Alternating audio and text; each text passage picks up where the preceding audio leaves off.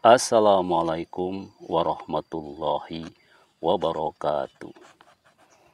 Innal hamdalillah nahmaduhu wa nasta'inu wa nastaghfiruh wa na'udzu billahi min sururi anfusina wa min sayyiati a'malina. May yahdihillahu fala mudilla lahu wa may yudlilhu fala hadiyalah. Asyhadu an la ilaha illallah wa asyhadu anna Muhammadan abduhu wa rasuluh la nabiyya ba'dah. Saudara-saudaraku, alhamdulillah kita masih diberikan nikmat, terutama nikmat sehat ya, nikmat iman, nikmat Islam, dan juga nikmat waktu luang.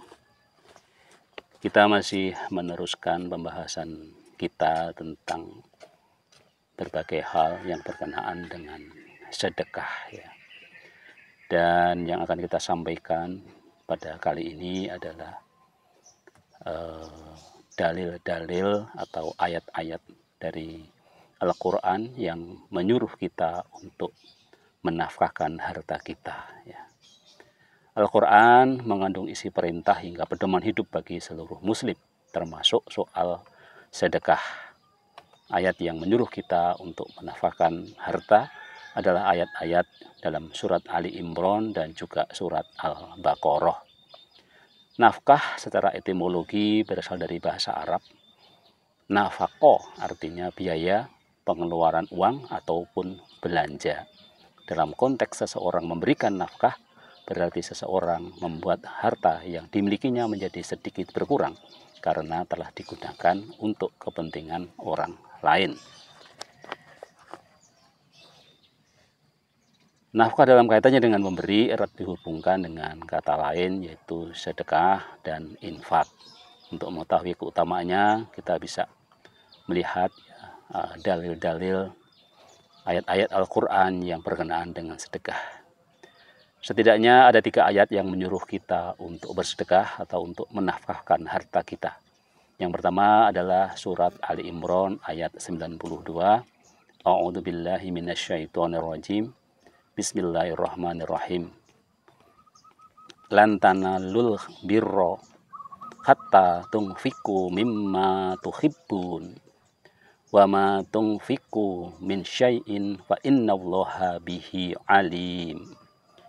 Yang artinya tidak akan sekali-sekali kamu memperoleh kebajikan yang sempurna sebelum kamu menginfakkan sebagian harta yang kamu cintai. Apapun yang kamu infakkan, sesungguhnya Allah Maha mengetahui tentangnya, tentang infak tadi. Dikutip dari tafsir Quran Kementerian Agama, pada ayat ini jelaskan tentang harta dan infak yang bermanfaat, hendaknya harta yang dicintai.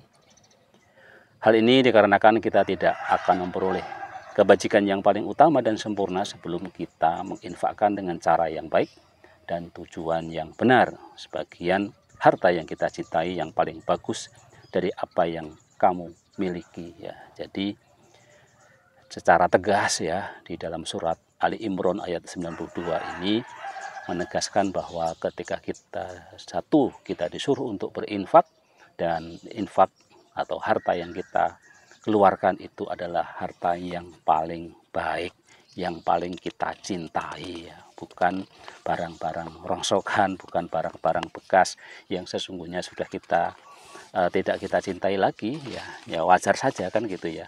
Jadi yang harus kita infakkan adalah hal-hal yang kita cintai ya. Kalau baju ya baju itu memang masih kita pakai ya, masih suka kita pakai, atau kalau perlu baju yang baru sekalian ya. Ketika kita beli baju baru, kita beli 2, yang satunya kita kasihkan pada orang yang membutuhkan dengan kualitas yang sama. Itulah makna dari harta yang kita cintai.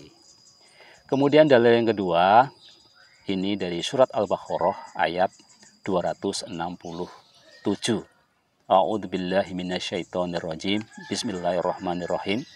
Ya ayyuhalladzina amanu anfiqu min thayyibati ma kasabtum wa mimma raja'na lakum minal ard wala tayammamul khabisa minhu tunfikuna walastum bi akhirihi illa antughmidu fihi wa'lamu annallaha ghaniyyun hamid.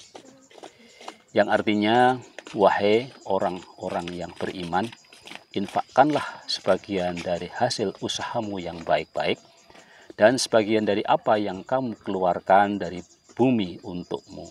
Janganlah kamu memilih yang buruk untuk kamu keluarkan, padahal kamu sendiri tidak mau mengambilnya, melainkan dengan memicingkan mata atau enggan terhadapnya.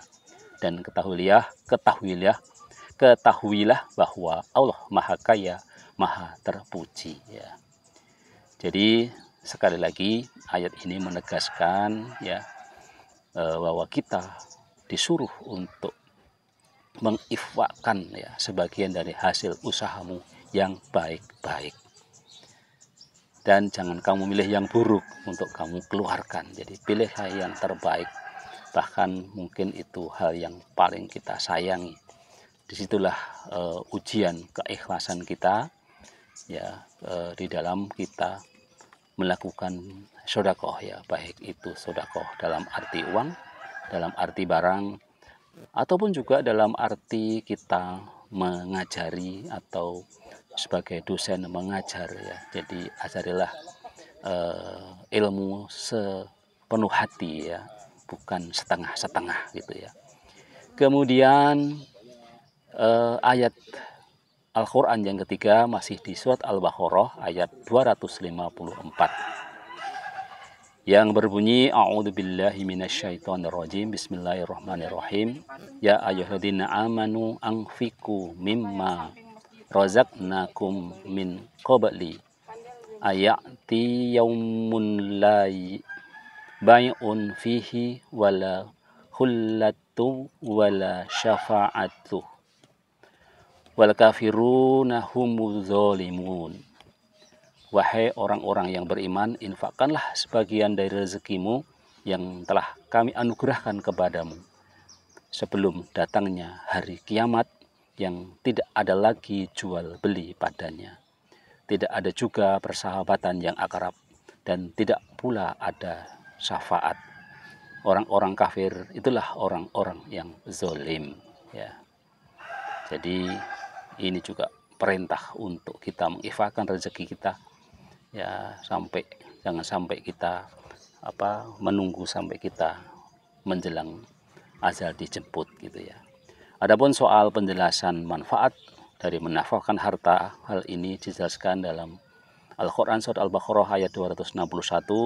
Allah Subhanahu wa taala berfirman, A'udzubillahi minasyaitonirrajim, bismillahirrahmanirrahim. Masalul ladzina yunfikuna amwalahum fi sabilillahi kamasali habbatin batat sab'a sanabila fi kulli sunbulatin min attu habbah wallahu yudha'ifu liman yasha'u wallahu wasi'un alim. Perumpamaan orang-orang yang mengifatkan hartanya di jalan Allah adalah seperti orang-orang yang menabur sebutir biji benih yang menumbuhkan 7 tangkai. Pada setiap tangkai ada 100 biji. Allah Subhanahu wa taala melipat gandakan pahala yang mereka tabur bagi siapa yang Dia kehendaki. Allah Maha Luas, Maha mengetahui. Ya, itulah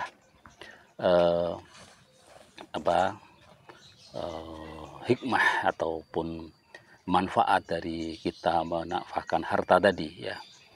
Jadi itulah dasar hukum atau pijakan kita kenapa kita diminta untuk bersedekah dari Al-Quran. Dan nanti kita lanjutkan bagaimana hadis-hadis juga menerangkan tentang perintah kita untuk bersedekah. Demikian yang bisa kita sampaikan ya. Wassalamualaikum warahmatullahi wabarakatuh. Hidup sehat bersama Lukman Effendi.